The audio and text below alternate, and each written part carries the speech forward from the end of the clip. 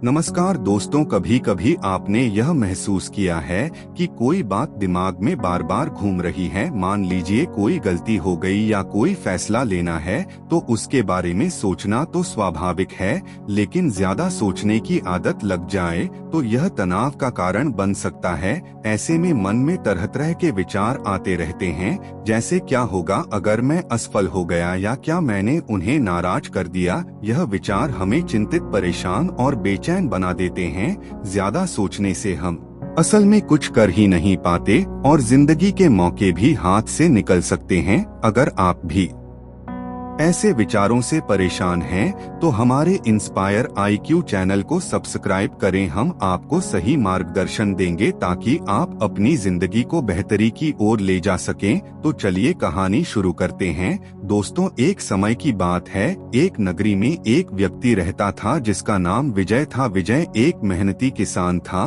और अपने काम में बहुत मेहनती था, लेकिन विजय की सबसे बड़ी समस्या थी चिंता। वह एक साधारण जीवन जीता था, परंतु उसकी मनमानी चिंता उसे हमेशा तंग करती रहती थी। रोज वह अपने कामों को करते हुए अपने मन के कोने में यह सोचता रहता कि आने वाला कल कैसा होगा। विजय को हमेशा यह लगता था कि उसका भविष्य अनिश्चित है। उसे लगता था कि वह किसी अच्छे या बुरे कल के सामने है, जिससे उसका जीवन पूरी तरह से प्रभावित हो जाएगा।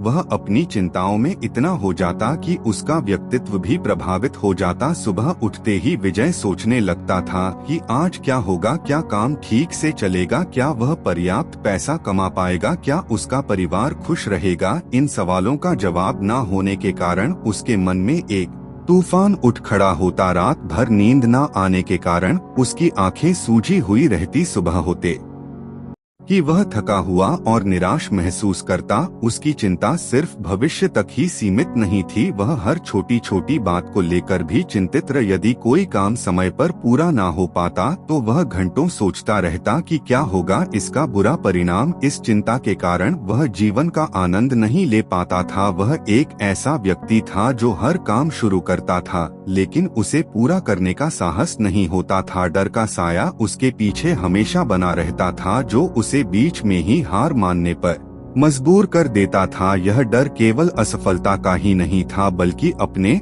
और अपने परिवार के भविष्य को लेकर भी था। हर रोज रात को सोने से पहले उसके मन में अनेक प्रश्न उठते थे। क्या मैं अपने बच्चों को एक अच्छा जीवन दे पाऊंगा? क्या मैं उनका पालन पोषण ठीक से कर पाऊंगा? क्या मेरे बाद उनका क्या होगा? यह चिंताएं उसे रातों रात जगाए रखती थी। उसके माथे पर चिंता की गहरी रेखाएं उभर आई थी और उसकी आंखों में हमेशा एक उदासी छाई रहती थी। वह सोचता था कि काश वह कुछ ऐसा कर पाता जिससे उसका भविष्य और उसके परिवार का भविष्य सुरक्षित हो जाता। उसने कई बार नौकरी बदलने की कोशिश की, लेकिन हर बार असफलता का सामना करना पड़ा। धीरे धीरे उसकी आत्मविश्वास कम होने लगा और हताशा उसे घेरने लगी। इस चिंता के समाधान की तलाश में वह कई ज्ञानियों से मिला। उसने प्रसिद्ध हास्य विद्वानों और संतों की शरण ली, उनसे बातें की, अपनी चिंता का बताया और समाधान की भीख मांगी,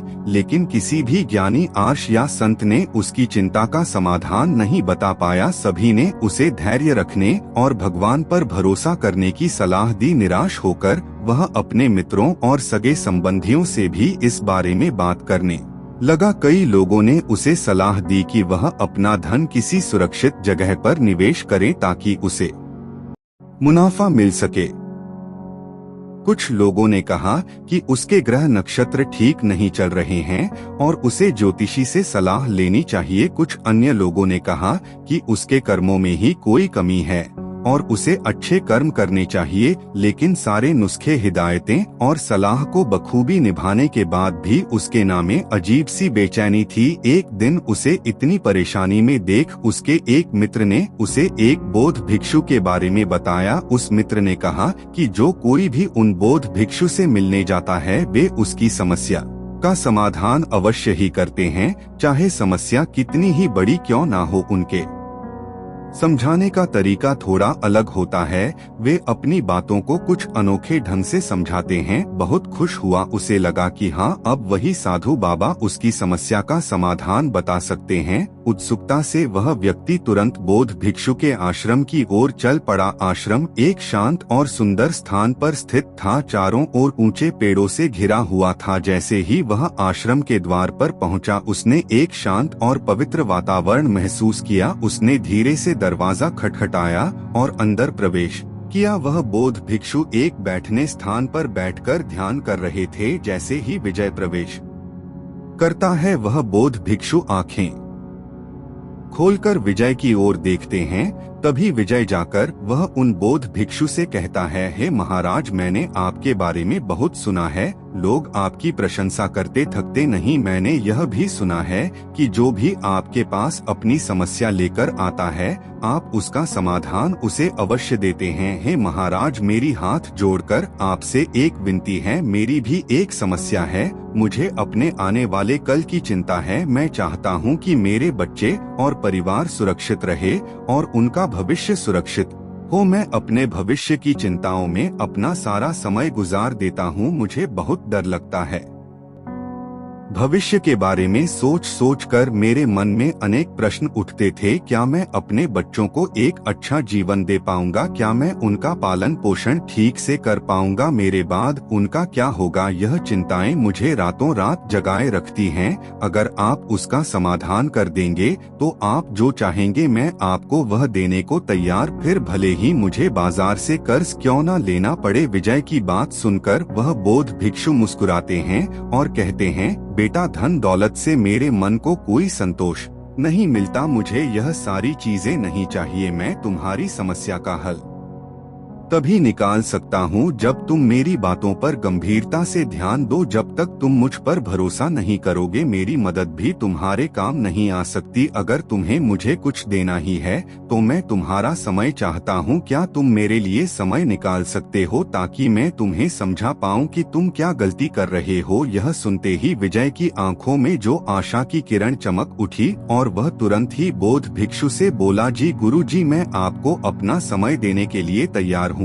आप जो कहेंगे मैं वह करूँगा। बस मेरी समस्या का समाधान ना दे दीजिए। बौद्ध भिक्षु विजय की निश्चित दृढ़ता को देखकर प्रसन्न हुए और उसे कहा कि बेटा, मुझे तुम्हारे 7 दिन का समय चाहिए और इन 7 दिन में तुम मेरे इस आश्रम में रहना होगा। जैसा मैं कहूँ ठीक वैसा ही करना होगा। क्या तुम तैयार हो? युवक थोड़ा सोच में पड़ गया। उसके दिमाग में यह ख्याल आया कि अगर वह 7 दिन तक बौद्ध भिक्षु के साथ रहेगा तो उसका काम कैसे चलेगा, उसके घर के खर्चे कैसे पूरे होंगे और सबसे जरूरी बात, उसकी पत्नी यह सुनकर क्या कहेगी। लेकिन उसे समाधान भी चाहिए था। आदमी ने सोचा, अगर मैं अपनी पत्नी से कहूँ कि मुझे अपनी समस्या का समाधान ढूंढकर बेहतर इंसान बनना है और इसके लिए मुझे 7 दिन इन बौद्ध भिक्षुओं के साथ रहना होगा, तो अवश्य ही उसकी पत्नी उसे बौद्ध भिक्षु के साथ रहने की इजाजत देगी। और वैसे भी मेरी जिंदगी से बस 7 दिन ही तो है। लेकिन अगर मैं इस समस्या का समाधान नहीं ढूंढ पाया तो यह चिंता मुझे जीवन भर परेशान करेगी। उसने सोचा कि वह इस समस्या का समाधान ढूंढने के लिए 7 दिन समर्पित कर सकता है। काफी सोच विचार के बाद वह बौद्ध भिक्षु से कहा, ठीक है गुरुजी, मैं आपको 7 दिन देने के लिए तैयार हूँ, लेकिन इसके पहले उसे अपनी पत्नी को यह सब बताना होगा ताकि वह परेशान ना हो। इस पर बौद्ध भिक्षु कहते हैं, जरूर बेटा, तुम मुझे कल इसी जगह पाओगे। घर लौटकर पति ने अपनी पत्नी को सारी बात बताई। पत्नी को सुनकर दुख हुआ, लेकिन वह अपने पति के प्यार और उसे हो रही तकलीफ को समझ गई। उसने अपने पति को हौसला दिया और कहा, चिंता मत करो, मैं तुम्हारे साथ हूँ। अगले दिन बौद्ध भिक्षु ने उस व्यक्ति से कहा, आज से 7 दिन तक तुम्हें एक भिक्षु की तरह जीवन जीना होगा। तुम्हें उनके जैसे कपड़े पहनने होंगे, आश्रम में उनकी तरह सफाई करनी होगी और भिक्षा के लिए गांव में जाकर भो लाना होगा। लेकिन एक बात का ध्यान रखना, हर काम करने से पहले अपने मन में यह विचार करना होगा कि यह काम कैसा होगा, क्या मैं इसे पूरा कर पाऊंगा, अगर हाँ तो कितनी बखूबी से, और यह काम खत्म होने के बाद क्या परिणाम होगा, यह सोचकर ही हर काम करना होगा। व्यक्ति थोड़ा घबरा हुआ था। भिक्षु का जीवन बिल्कुल नया अनुभव था, लेकिन विजय ने बौद्ध भिक्षु की बातों को स्वीकार कर लिया। उसे लगा यह 7 दिन आसानी से कट जाएंगे। आखिर थोड़े कपड़े धोने, झाड़ू लगाने और भिक्षा मांगने में क्या है, वह मन ही मन सोच रहा था कि यह तो रोजमर्रा के काम है जिन्हें मैं वैसे भी घर पर करता हूँ, इसमें क्या मुश्किल है। उसने आश्रम के वस्त्र पहने, झाड़ू उठाया और आश्रम की सफाई शुरू करने के लिए तैयार हो गया। उसने अपने मन में बौद्ध भिक्षु के शब्दों को दोहराया। उसने सोचा यह झाड़ू लगाना इतना कठिन है, बिल्कुल नहीं, क्या मैं इसे पूरा कर सकता हूँ, हाँ आसानी से, मैं इसे और भी बेहतर कैसे कर सकता हूँ। धीरे से और ध्यान से झाड़ू लगाकर यह सुनिश्चित करते हुए कि कोई कोना ना छूटे, इस काम को पूरा करने का क्या परिणाम होगा, आश्रम स्वच्छ होगा और रहने में अच्छा लगेगा। और फिर उसने आश्रम की सफाई शुरू कर दी। जब सब्जियां काटने का समय आया, विजय ने गुरुजी के कहे अनुसार मन में विचार किया कि यह काम कैसा होगा और इसका क्या परिणाम होगा। कुछ देर सोचने के बाद उसने यह यकीन बिठाया कि यह काम आसान होगा। वह अपने घर में भी अक्सर सब्जियां काटता था और उसे लगा कि इसमें ज्यादा मुश्किल नहीं है। उसने सोचा कि थोड़ी मेहनत और सावधानी से सब्जियां काटने से सबको खुश करना संभव होगा। इस काम के बाद वह आश्रम के रसोई में मदद करने का आनंद लेगा, जिससे सबको समय पर और स्वादिष्ट भोजन मिल सकेगा। विजय को यह अवसर अन्यों की सेवा करने का एक सुंदर मौका प्रदान करेगा और उसे खुशी होगी कि उसने इस काम में योगदान दिया। जब भिक्षा मांगने का समय आया तो विजय ने मन में सोचा कि कैसा होगा भिक्षा मांगना। उसने खुद से पूछा कि क्या यह कठिन होगा। फिर विजय ने सोचा कि भिक्षा मांगने में क्या कठिनाई है,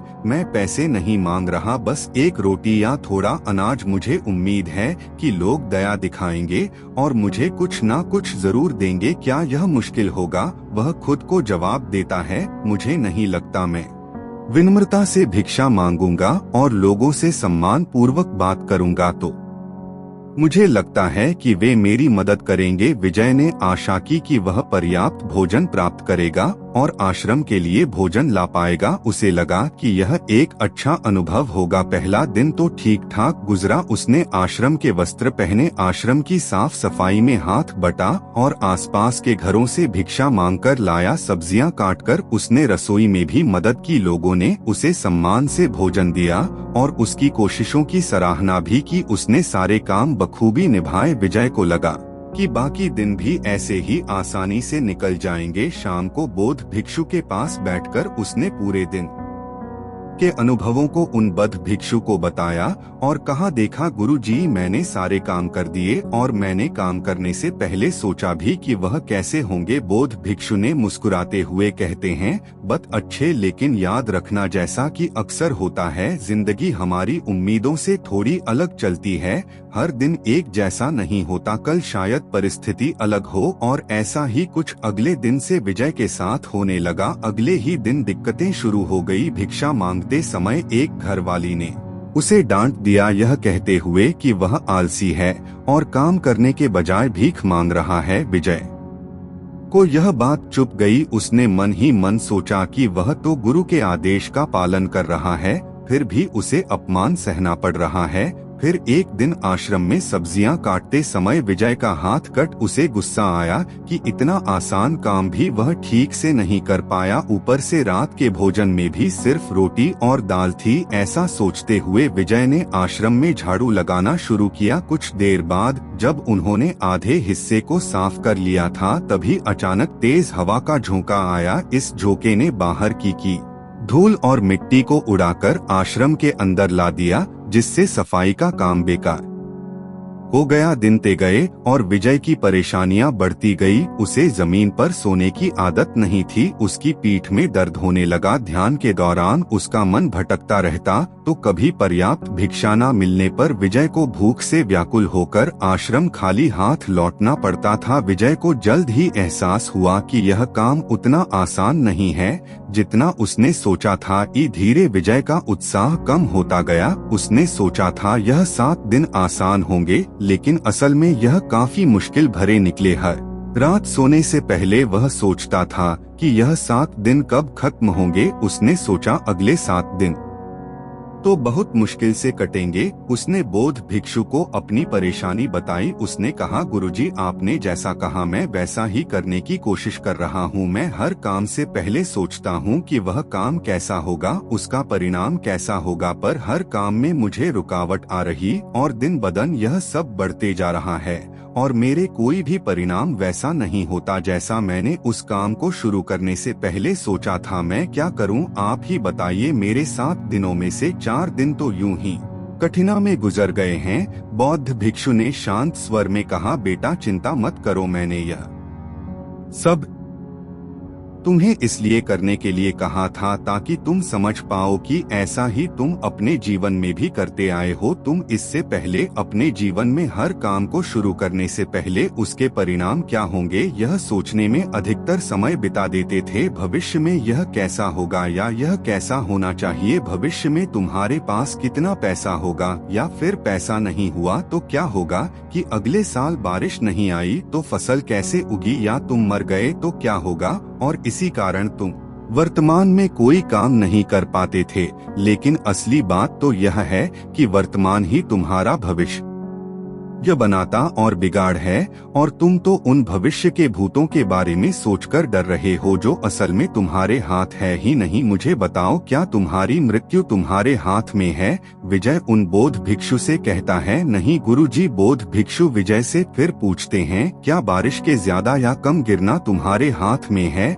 विजय बौद्ध भिक्षु से फिर से कहता है, नहीं गुरुजी। गुरुजी आगे कहते हैं, तो क्या यह सही नहीं होगा कि तुम उन काल्पनिक भविष्य के डर से भरे हुए भूतों के बारे में सोचना छोड़ के तुम अपने उस सुनहरे भविष्य के बारे में अभी इसी वक्त क्या कर सकते हो वह करो। विजय गुरुजी के इस ज्ञान को समझते हुए बड़े ही गंभीर तरीके से बातों को अपने अंदर सोखता है और कुछ देर शांत रहने के बाद गुरुजी से पूछ है, तो क्या गुरुजी आप यह कह रहे हो कि मैं भविष्य के बारे में सोचना छोड़ दूं, कोई लक्ष्य ना रखूं अपने जीवन में? ऐसे तो मेरे जीवन का कोई अर्थ नहीं रह जाएगा। इस पर वह बौद्ध भिक्षु जोर से हंसते हुए कहते हैं, बेटा यह तो बेवकूफी होगी। अगर तुम लक्ष्य ही नहीं रखोगे अपने जीवन में तो तुम्हें कैसे पता चलेगा कि किस दिशा में अपने कार्य करने हैं, किन जगहों पर अपनी शक्ति खर्च करनी है। आगे वह बौद्ध भिक्षु कहते हैं कि इस दुनिया में हर किसी को भविष्य के बारे में सोचना चाहिए, लेकिन यह भी याद रखो कि भविष्य के बारे में तुम सिर्फ इसलिए सोच रहे हो ताकि तुम अपनी दिशा तय कर सको, एक लक्ष्य बना सको, ताकि तुम्हें पता हो कि तुम्हें कहाँ जाना है या क्या बनना है। लेकिन अगर तुम बस उसी के बारे में सोचते रहने की भूल करोगे और वर्तमान में उस लक्ष्य को पाने के लिए कुछ भी नहीं करोगे तो तुम्हारे जीवन में निराशा और दुख के सिवाय कुछ नहीं बचेगा। और इसीलिए अब से तुम्हारे 7 दिनों में से बाकी के 3 दिन तुम हर काम अब इस नए ज्ञान को ध्यान में रखते हुए करना। अब से तुम्हें कोई भी काम करने से पहले बस अंतिम परिणाम तय करना है और उसके बाद उस लक्ष्य तक पहुंचने के लिए जो भी करना पड़ेगा तुम्हें वह करना है। जैसे कि अगर कोई तुम्हें भला बुरा कह रहा है तो तुम्हें अपने मन को शांत करके यह समझना है कि लोग खुद भी परेशान होते हैं अपनी जिंदगी में। वह इतने गुस्सा बस तुम्हें देखकर नहीं हुए हैं। उन्हें माफ करो ताकि वह तुम्हारे मन को तंग ना सके और तुम किसी और इंसान के पास जाओ भिक्षा लाने, या कभी प्राकृतिक तौर पर तुम्हारे लिए कुछ बुरा होता है जैसे कि हवा के तेज झोंके से मिट्टी आना और तुम्हारे सारे झाड़ू मारने की मेहनत पर फैल जाना, तो इस वक्त तुम हार ना मानकर अपने ने लक्ष्य को पूरा करने के लिए जो भी बन सकता है तुम्हें करना है। जरा सोचो क्या हो जाएगा अगर तुम्हें और एक बार झाड़ू मारना पड़े, क्या तुम पतले हो जाओगे? क्या तुम मर जाओगे? क्या सिर्फ एक हवा का झोंका ही तुम्हें रुलाने या परेशान करने के लिए काफी है? झाड़ू उठाओ और फिर से मेहनत करो, क्योंकि बेटा सिर्फ एक चीज है जो हमारे भविष्य को सुरक्षित कर सकती है, और वह है उस भविष्य को पूरा करने के लिए वर्तमान में की गई मेहनत। आगे गुरुजी विजय की आंखों में देखकर धीरे से कहते हैं, और मजे की बात तो यह है कि इसी नियम का इस्तेमाल तुम अपने जीवन की कठिनाइयों को भी दूर करने के लिए इस्तेमाल कर सकते हो।